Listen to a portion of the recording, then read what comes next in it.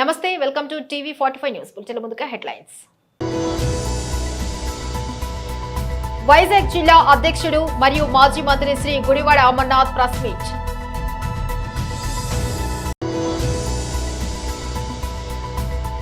మంత్రి నారాయణ మీడియా సమావేశం.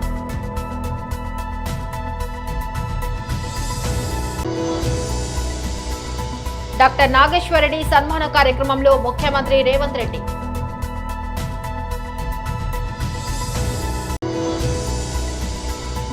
తుమ్కుంటలో ఎంఈఓ వసంత కుమారి గారి పదవి విరమణ కార్యక్రమంలో పాల్గొన్న ఈచెల రాజేందర్.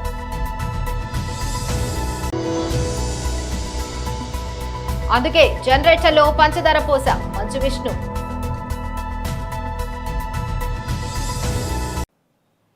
డీటెయిల్ చూస్తే వైజాగ్ జిల్లా అధ్యక్షుడు మరియు మాజీ మంత్రి శ్రీ గుడివాడ అమర్నాథ్ ప్రెస్ మీట్ నిర్వహించారు. నిన్న ప్రభుత్వం పెట్టినటువంటి బడ్జెట్ దాదాపు 3,22,000 కోట్ల రూపాయలతో నిన్న బడ్జెట్ ప్రవేశపెట్టినప్పుడు రాష్ట్ర ప్రజలు అందరూ కూడా చాలా ఆశగా ఎదురు చూశారు. సహజంగా ఒక ప్రభుత్వం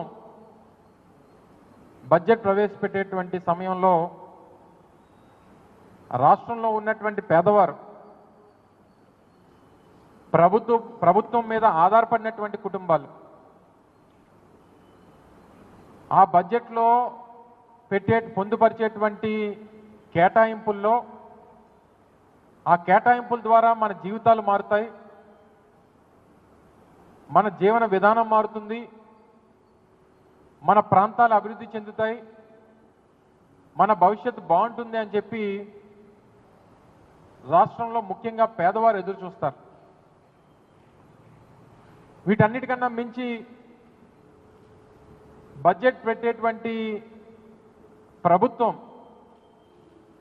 ఆ ఎన్నికల్లో ఇచ్చినటువంటి హామీలు ఏ రకంగా నిలబెట్టుకుంటున్నారు, ఇచ్చినటువంటి హామీలు నిలబెట్టుకున్నటువంటి క్రమంలో మన భవిష్యత్తు బాగుంటుంది అని చెప్పి ఎదురు చూసినటువంటి రాష్ట్ర ప్రజలకి పూర్తిగా నిరాశ ఎదురైంది అనేటువంటి విషయంలో ఏ రకమైనటువంటి సందేహం లేదు. ఆద్యాంతం బడ్జెట్ ప్రసంగంలో మాట్లాడినటువంటి అన్ని అంశాలని మనం ఒకసారి పరిశీలిస్తే అధికారంలోకి వచ్చినటువంటి 9 మాసాలు పూర్తయిపోయి దగ్గర సంవత్సరం పూర్తవుతున్నటువంటి సందర్భంలో ఇప్పటికీ కూడా బడ్జెట్ ప్రసంగం ఆద్యాంతం కూడా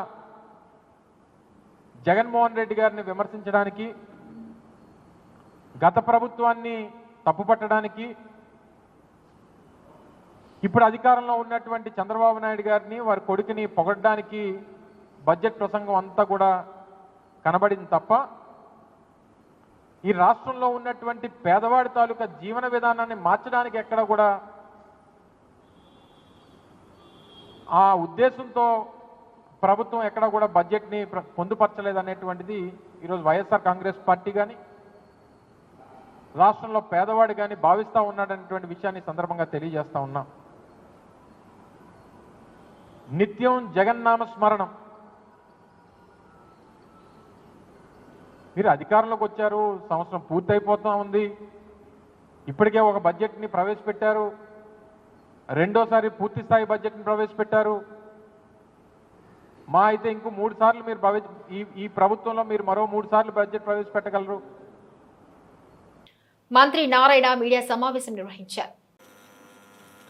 గత ప్రభుత్వం ఫైనాన్షియల్ డిసిప్లిన్ లేక అసలు ఆర్థిక వ్యవస్థను ఎలా ఒక రాష్ట్రాన్ని నడపాలనే ఆలోచన కానీ ఒక ప్లాన్ కానీ ఏమీ లేకుండా ఆర్థిక వ్యవస్థ మొత్తం అతలాకుతలం చేసింది. ఆఖరాకి సెంట్రల్ గవర్నమెంట్ ఇచ్చే 15th ఫైనాన్స్ డబ్బులు కూడా ఈరోజు డైవర్ట్ చేయటం. అదేవిధంగా మున్సిపల్ శాఖ తీసుకుంటే మున్సిపల్ శాఖలో ప్రజలు అంటే ప్రతి మున్సిపాలిటీ, అది నగర పంచాయతీ కావచ్చు, మున్సిపాలిటీ కావచ్చు, కార్పొరేషన్ కావచ్చు, చట్టం ప్రకారం కేంద్ర చట్టం కానీ రాష్ట్ర చట్టం ప్రకారం ఏంటంటే అది స్వపరిపాలన. అంటే వాళ్ళ ఏరియా డెవలప్ చేసుకోవడానికి వాటర్ కావచ్చు, లేదా శానిటేషన్ కావచ్చు, లేదా డ్రైన్స్ కావచ్చు, లైట్స్ కావచ్చు, అవన్నీ చేసుకోవటానికి వాళ్ళు అక్కడ ట్యాక్సులు కలెక్ట్ చేసుకొని కౌన్సిల్లో పెట్టుకొని కౌన్సిల్లో ఏం అవసరమో దాని ప్రకారం నిర్ణయించే అధికారం వాళ్ళకుంది. వాళ్ళ కలెక్షన్స్ వాళ్ళే ఉపయోగించాలి. కానీ గత ప్రభుత్వం ఆ కలెక్షన్స్ మొత్తం సిఎఫ్ఎంఎస్లో పెట్టడం, దాన్ని మొత్తం డైవర్ట్ చేసేసింది.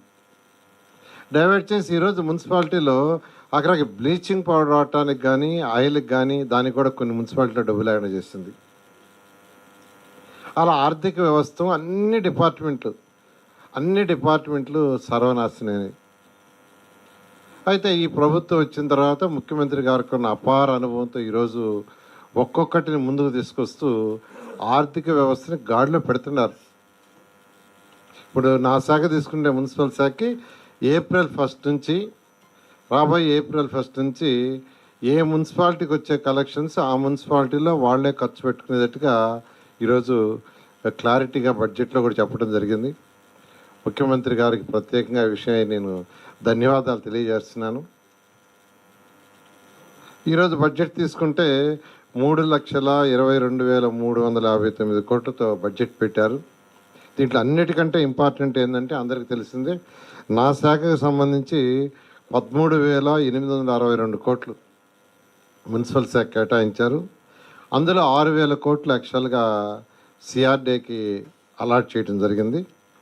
అన్నిటికంటే ఇంపార్టెంట్, ఎలక్షన్స్కి ముందు ఏదైతే ప్రజలకి ప్రామిస్ చేశామో వాటిల్లో రెండింటిని నెరవేర్చడం జరిగింది. ఎన్టీఆర్ భరోసా పెన్షన్స్ 4,000 చేయటం, దానికి 27,518 కోట్లు ఈరోజు బడ్జెట్లో అలాట్ చేశారు. 27,518 అంటే చిన్న అమౌంట్ కాదు, చాలా పెద్ద అమౌంట్. డాక్టర్ నాగేశ్వరరెడ్డి సన్మాన కార్యక్రమంలో ముఖ్యమంత్రి రేవంత్ రెడ్డి పాల్గొన్నారు.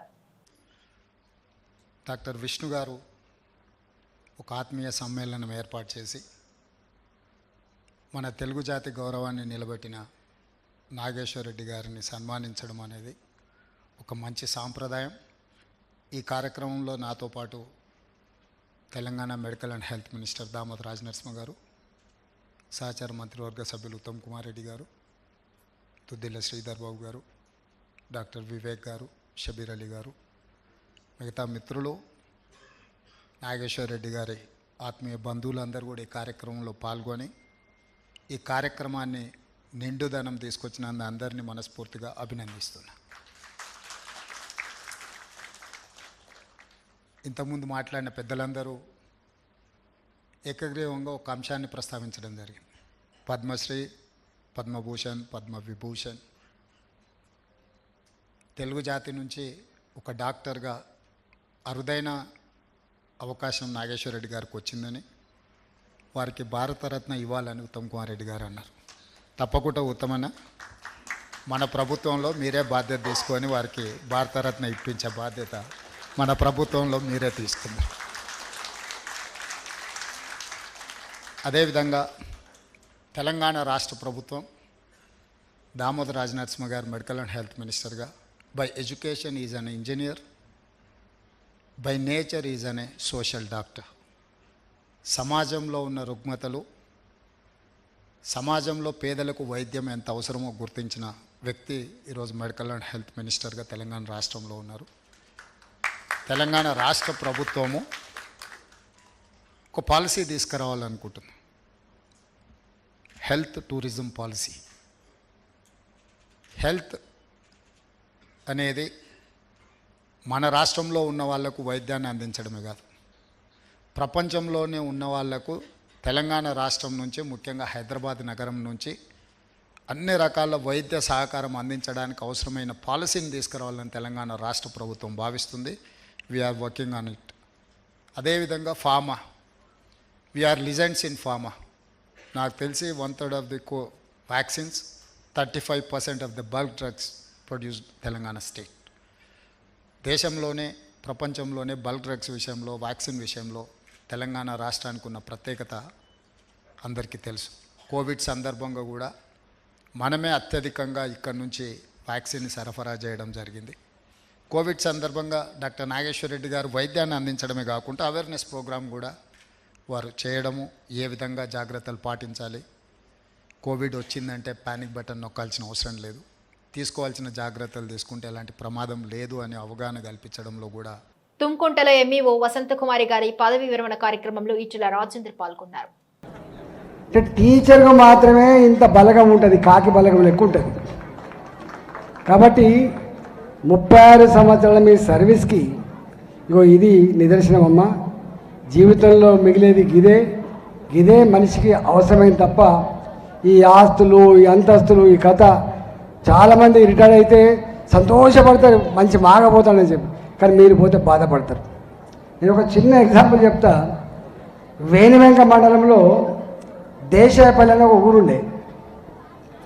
ఆ హెడ్ మాస్టర్ రిటైర్ అవుతున్నాడు. ఇది 15 సంవత్సరాల క్రితం జరిగిన చరిత్ర.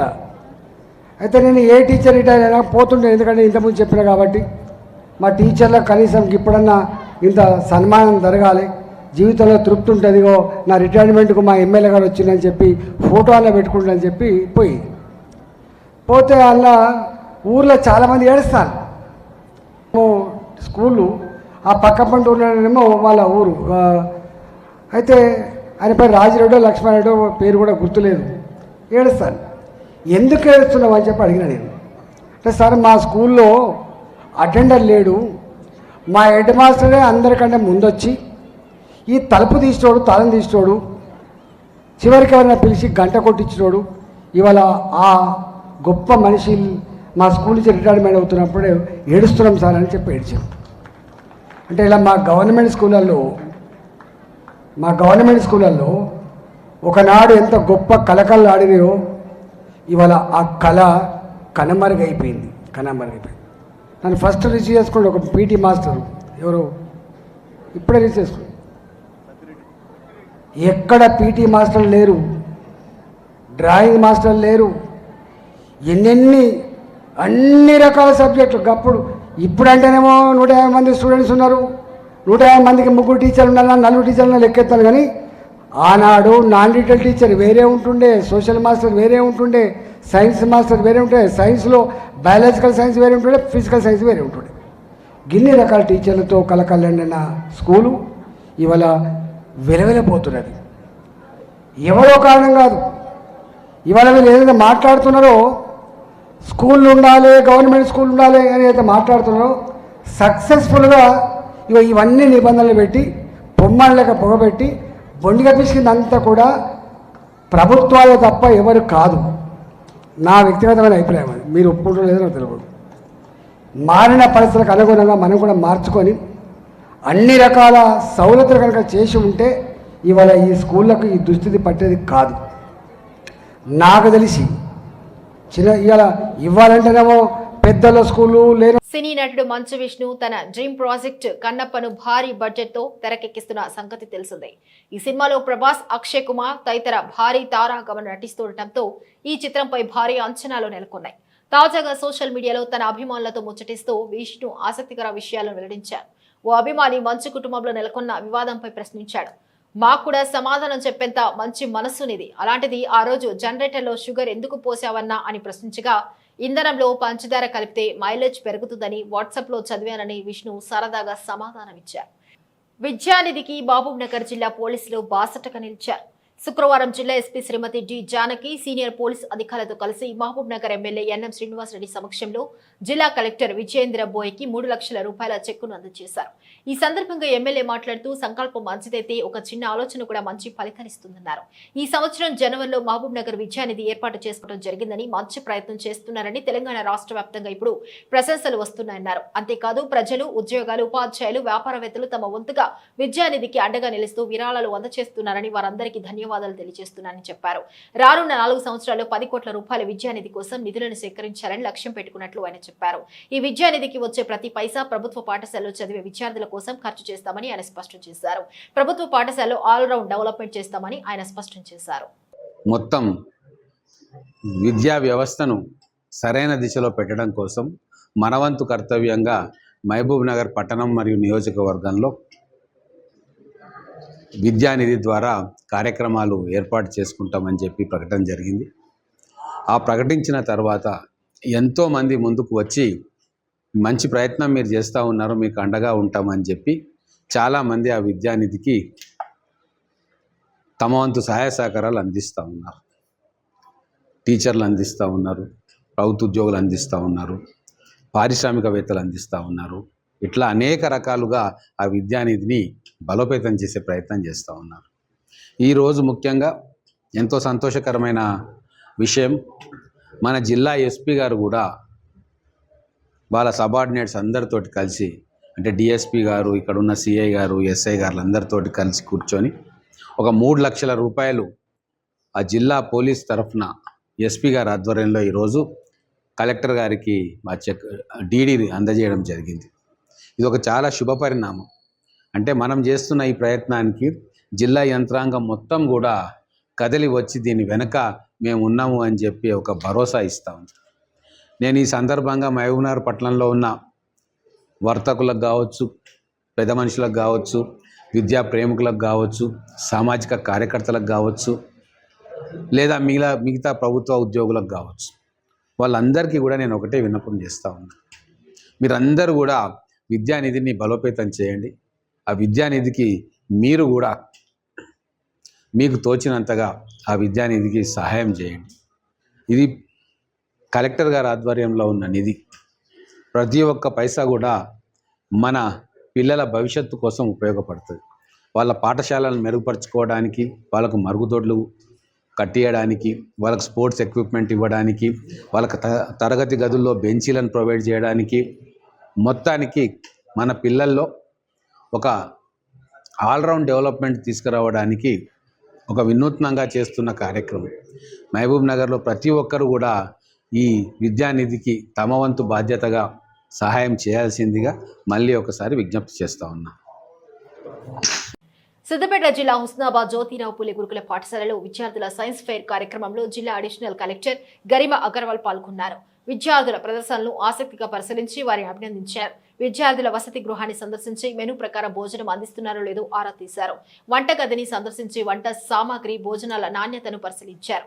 విద్యార్థుల విశ్రాంతి గదిని పరిశీలించి అధికారులకు తగు సూచనలు చేశారు. అనంతరం హుస్నాబాద్ ఎల్లమ్మ చెరువు సుందరీకరణ పనులను పరిశీలించారు.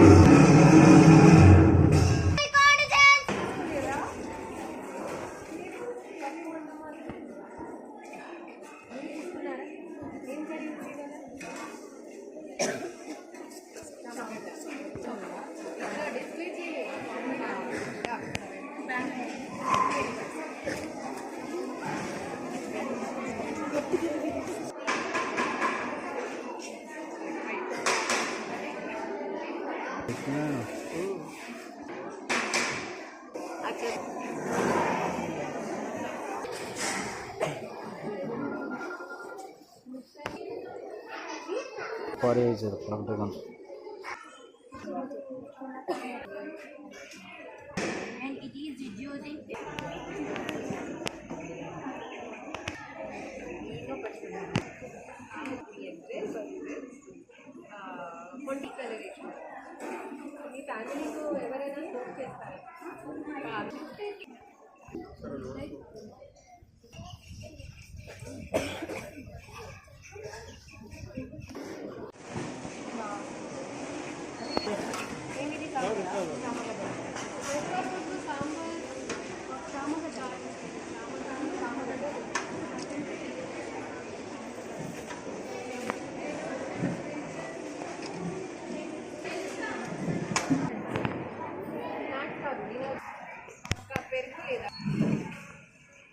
రైస్ క్వాలిటీ బాగుందా?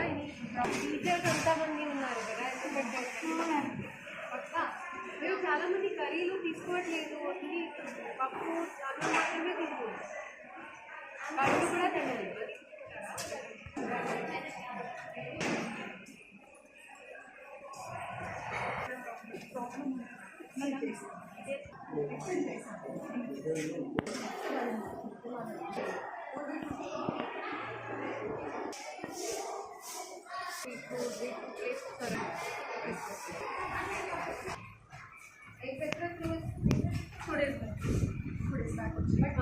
ఎవ్రీ వీక్ ఆర్ మాత్రమే leafy vegetables also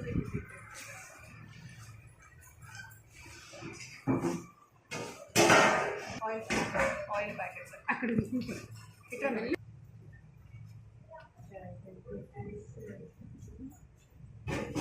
mummy పంపించేస్తుంది. Packed ఇంకా ఏం ఐటమ్స్ ప్యాక్డ్ సాల్ట్ ఇస్తుంది ప్రతి ప్లేస్లో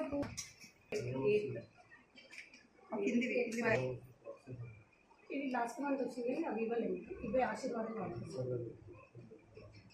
ఓకే వాయిస్ ఎక్కువ కదా మన ఇంట్లో మనం ఎట్లా గ్రీన్ గ్రీన్ గ్రీన్ అనేసి అది బాగుంది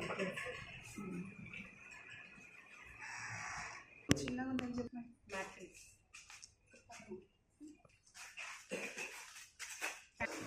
this is for big classes 9-10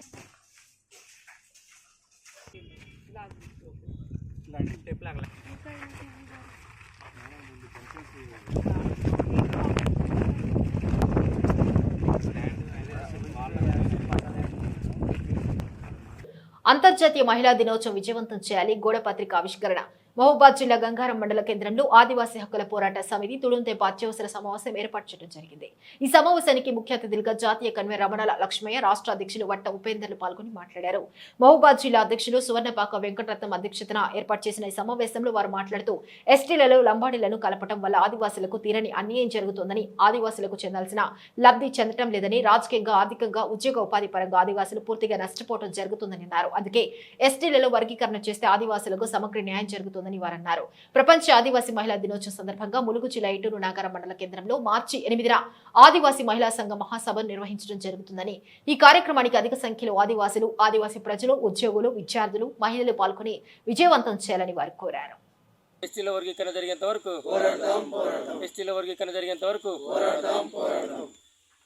Tudum దెబ్బ ఆదివాసీ మహిళా సంఘం రాష్ట్ర సదస్సు మార్చి 8వ తారీఖు అంతర్జాతీయ మహిళా దినోత్సవం సందర్భంగా ఆదివాసీ మహిళా సంఘం రాష్ట్ర సదస్సును ములుగు జిల్లా ఏటూరు నగరం కేంద్రంగా ఏర్పాటు చేయడం జరుగుతుంది. రాష్ట్ర వ్యాప్తంగా ఆదివాసీ మహిళలంతా అధిక సంఖ్యలో కదిలి రావాలని ఆదివాసీ హక్కుల పోరాట సమితి తుడుందెబ్బ పిలుపునిస్తుంది. ఎస్టీలలో ఉపాధి, రాజకీయ రంగాల్లో ఆదిమ తెగలకు సామాజిక న్యాయం జరగాలంటే ఎస్టీలో వర్గీకరణ అవసరం. కాబట్టి ఎస్టీలో వర్గీకరణ జరిగేంత వరకు పోరాటం చేయవలసిందిగా ఆదివాసీ హక్కుల పోరాట సమితి తుడుందెబ్బ పిలుపునిస్తూ ఆదివాసీ మహిళా సంఘం, ఆదివాసీ విద్యా సంఘం, ఆదివాసీ హక్కుల పోరాట సమితి తుడుందెబ్బ, ఆదివాసీ ఉద్యోగులు కూడా అధిక సంఖ్యలో పాల్గొనాలని కోరుతున్నాం. అదేవిధంగా షెడ్యూల్ తెగల్లో వర్గీకరణకు తెలంగాణ రాష్ట్ర ప్రభుత్వం, తెలంగాణ ముఖ్యమంత్రి రేవంత్ రెడ్డి గారు వెంటనే కమిషన్ ఏర్పాటు చేయాలని చెప్పేసి తుడుందెబ్బ డిమాండ్ చేస్తుంది. ఎస్టీలో వర్గీకరణ కోసం కమిషన్ ఏర్పాటు చేసి ABCD వర్గీకరణ చేయాలి. విద్య పరంగా, ఉద్యోగ పరంగా, సామాజికంగా, రాజకీయంగా ఆదివాసీలకి న్యాయం జరగాలంటే ఎస్టీలో వర్గీకరణ జరగవలసిందే. కాబట్టి ఎస్సీలతో పాటు ఎస్టీలో కూడా వర్గీకరణ జరగడం కోసం అసెంబ్లీ తీర్మానం చేయాలని చెప్పేసి రాష్ట్ర ప్రభుత్వాన్ని డిమాండ్ చేస్తున్నాం. జై ఆదివాసీ, ఆదివాసీ ఐక్యత, ఆదివాసీ ఐక్యత. బులెటిన్ ముగించే ముందు హెడ్లైన్స్ మరొకసారి. వైజాగ్ జిల్లా అధ్యక్షుడు మరియు మాజీ మంత్రి Shri Gudivada Amarnath press meet.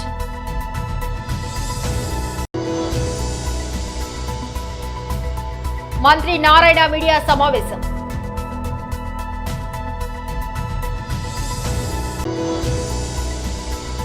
Doctor Nageswara Reddy సన్మాన కార్యక్రమంలో ముఖ్యమంత్రి రేవంత్ రెడ్డి.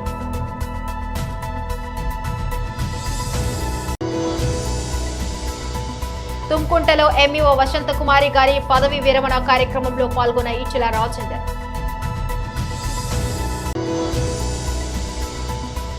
అందుకే జనరేటర్లో పంచదార పోస మంచు విష్ణు. ఇవి బులెటిన్ అప్డేట్స్. మరొక బులెటిన్లో మళ్ళీ కలుసుకుందాం. అంతవరకు సెలవు, నమస్కారం.